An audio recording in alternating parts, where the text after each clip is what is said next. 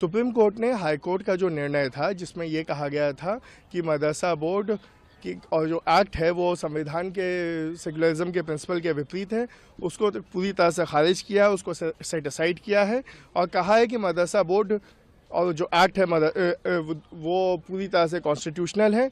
जहाँ तक कि कामिल और फाजिल डिग्री का सवाल है, जो कि हायर डिग्री होती है ग्रेजुएशन लेवल की, उस पर उन्होंने कहा है कि ये मदरसा बोर्ड कन्फर्म नहीं कर पाएगा, लेकिन मुंशी, मौलवी और आलिम की डिग्री जो 10वीं 12वीं के बराबर होती है उसकी पूरी वैलिडिटी रहेगी। बड़ी राहत है क्योंकि बहुत टीचर्स का, बहुत स्टूडेंट्स का भविष्य अधर में आ गया था। हाई कोर्ट ने यह भी ऑर्डर दिया था कि इनको स्कूलों में लेके जाइए, मदरसे के बजाय इनको सरकारी स्कूलों में वो कीजिए। यूपी में सरकारी स्कूलों के हालात हम सबको पता है, साथ ही साथ इतने सरकारी स्कूल भी नहीं हैं और मदरसा अपने आप में, हम उर्दू से हट के अगर उसका ट्रांसलेशन देखें तो उसका मतलब ही स्कूल ही होता है। तो वो जो भविष्य अधर में लटक गया था, अब उस पर एक फाइनल निर्णय आ गया है और उनके लिए भी और मदरसा बोर्ड की तरफ से भी वी वेलकम द डिसीजन।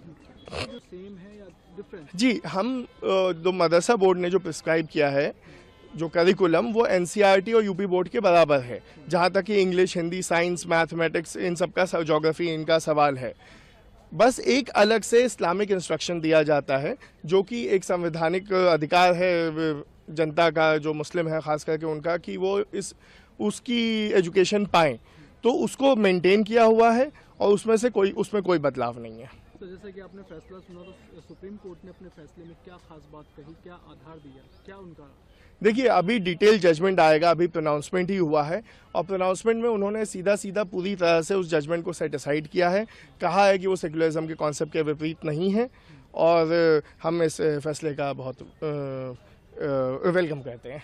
मदरसे दीनी तालीम के साथ यानी मजहबी तालीम के साथ चलते रहेंगे। मंगलवार को उत्तर प्रदेश के 16,000 मदरसों के लिए सुप्रीम कोर्ट का फैसला बड़ी राहत लेकर आया। सुप्रीम कोर्ट ने इलाहाबाद हाई कोर्ट के उस फैसले को पलट दिया जिसमें उसने उत्तर प्रदेश मदरसा शिक्षा एक्ट 2004 को असंवैधानिक बताया था। उत्तर प्रदेश में 16,000 मदरसे हैं जिसमें 17 लाख छात्र पढ़ाई करते हैं। सुप्रीम कोर्ट ने 2004 के उत्तर प्रदेश मदरसा शिक्षा बोर्ड अधिनियम की वैधता बरकरार रखी है और कहा है कि यह एक्ट धर्मनिरपेक्षता के सिद्धांत का उल्लंघन नहीं करता। सुप्रीम कोर्ट ने आज के इस फैसले में धर्मनिरपेक्षता के क्या मायने हैं वो भी समझाया है।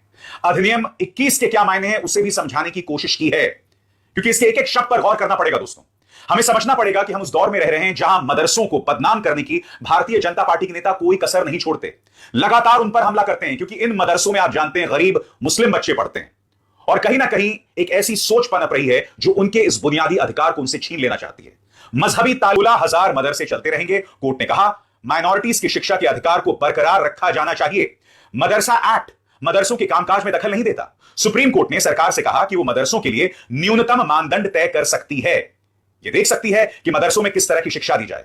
जस्टिस पारदीवाला ने भी सुनवाई के दौरान बड़े सवाल उठाए थे। पारदीवाला ने कहा था लोकाचार को समझना चाहिए, देश में एक ही धर्म के संस्थान नहीं चल सकते। देश में मोनास्ट्री, मिशनरी, गुरुकुल भी चलते हैं। इसका मतलब यह नहीं कि वो सिर्फ धार्मिक पढ़ाई करवाते हैं। दोस्तों, मदरसों पर सवालिया निशान। देश में मोनास्ट्री, मिशनरी, गुरुकुल भी चलते हैं। इसका मतलब यह नहीं कि वो सिर्फ धार्मिक पढ़ाई करवाते हैं। हाईकोर्ट की लखनऊ बेंच ने 22 मार्च को मदरसा एक्ट को असंवैधानिक करार दिया था। हाईकोर्ट ने सरकारी अनुदान पर मदरसा चलाने को धर्मनिरपेक्षता के खिलाफ माना था। हाईकोर्ट ने आदेश दिया था कि राज्य सरकार सभी मदरसा छात्रों का दाखिला राज्य सरकार सामान्य स्कूलों में करवाए। 5 अप्रैल को सुप्रीम कोर्ट ने हाईकोर्ट के आदेश पर अंतरिम रोक लगा दी थी। Chief justice D Y Chandrachud, justice J B. Pardiwala और मनोज मिश्रा की बेंच ने बाद में विस्तार से मामले पर सुनवाई की और 22 अक्टूबर को फैसला सुरक्षित रख लिया। हाईकोर्ट के आदेश के खिलाफ सुप्रीम कोर्ट पहुंचे मदरसा संचालकों का कहना है कि इसमें 17 लाख मदरसा छात्र और 10,000 शिक्षक प्रभावित होंगे। उत्तर प्रदेश में 2004 में मदरसा एक्ट बनाया गया था। इसमें कहा गया था कि सभी मदरसे सरकार के नियमों के अधीन होंगे। उत्तर प्रदेश में 24,500 मदरसे हैं जिसमें 8,000 रजिस्टर्ड नहीं हैं। बचे 16,500 मदरसे रजिस्टर्ड हैं और सरकारी नियम से चलते हैं। 560 मदरसे ऐसे हैं जो राज्य सरकार के फंड से चलते हैं। अब जब हाईकोर्ट का फैसला आया तो मदरसों के कई तर्क थे।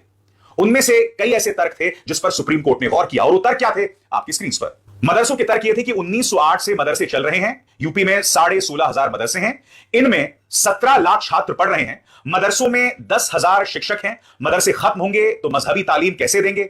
मदरसे सरकार के आदेश के तहत चल रहे हैं, उनके सिलेबस को मदरसों में लागू किया जा रहा है। दोस्तों, हाईकोर्ट में अपने आदेश में कहा था कि इन्हें मदरसों से निकाल के सरकारी स्कूल में भेजा जाए। बड़ा सवाल ये कि हम जानते हैं पिछले 10 सालों में इस देश की क्या हालत है। हमने उत्तर प्रदेश में कम से कम 2 ऐसी मिसालें देखी हैं। आपको याद होगा किस तरह से पश्चिमी उत्तर प्रदेश में एक महिला टीचर ने एक मुस्लिम लड़के को अपनी क्लास में खड़ा होकर पूरी क्लास से उससे थप्पड़ लगवाए थे। फिर आपको याद होगा एक और मिसाल आई थी जिसमें एक मुस्लिम बच्चा स्कूल में बिरयानी लेकर जाता है और उसको लेकर याद है आपको टीचर ने क्या क्या अनर्गल उसकी मां को सुनाया था। तो एक तरफ आप ये कहते हैं कि सरकारी स्कूलों में पढ़ाएं, मगर बड़ा प्रश्न ये कि क्या सरकारी स्कूलों में सांप्रदायिक सौहार्द पैदा करने की कोशिश की जा रही है? क्योंकि मैं एक बात स्पष्ट कर दूं, जो कुछ हमारे न्यूज चैनल्स में चलता है, जो कुछ भारतीय जनता पार्टी के नेता चुनावी रैलीज में उगलते रहते हैं, उसका असर समाज पर भी पड़ता है। याद कीजिए प्रधानमंत्री नरेंद्र मोदी ने क्या कहा था कि आपकी बेटियां जो हैं वो घुसपैठियों को दिया जा रहा है। अब यहां पर घुसपैठियों को कोई नुकसान नहीं होता है, ले देकर लोग फिर देश की माइनॉरिटीज पर हमला बोलना शुरू कर देते हैं।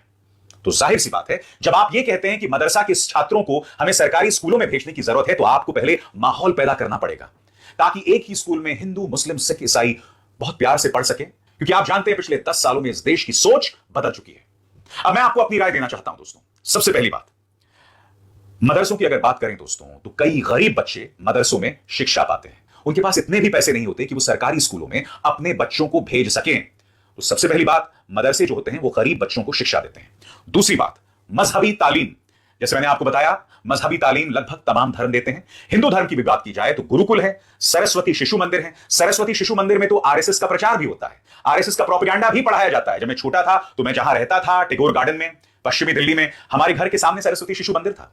कोई दिक्कत नहीं है। तो जाहिर सी बात है एक व्यक्ति को मजहबी तालीम हासिल करने का पूरा अधिकार है।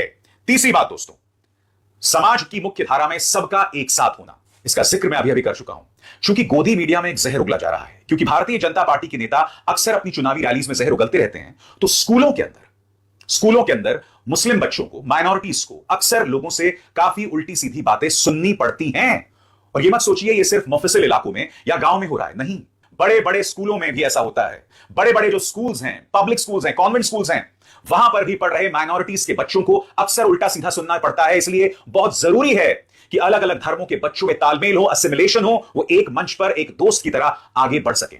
इसके अलावा आधुनिक शिक्षा, इसमें दो राय नहीं कि मदरसे जो हैं वो मजहबी शिक्षा देते हैं, दीनी तालीम देते हैं, मगर हमें सिर्फ वहीं तक सीमित नहीं रहना है। बहुत ही जरूरी हो जाता है कि मदरसों में आधुनिक शिक्षा भी मिले, मॉडर्न एजुकेशन भी मिले, साइंस, फिलॉसफी, मैथमेटिक्स, इन तमाम चीजों की वहां मौजूदगी हो, ताकि मदरसों में पढ़ने वाले बच्चे हाशिए पर ना चले जाएं और पीछे ना रह जाएं। इसलिए बहुत जरूरी हो जाता है मॉडर्न एजुकेशन, यानी आधुनिक शिक्षा। अब अंत में बात जो है वो बहुत जरूरी है दोस्तों, चूंकि मदरसों में दीनी तालीम दी जाती है और अक्सर ये होता है कि जिन जिन संस्थाओं में जोर मजहब पर होता है, तो अक्सर वहां पर जमीन कट्टरता की भी तैयार होती है।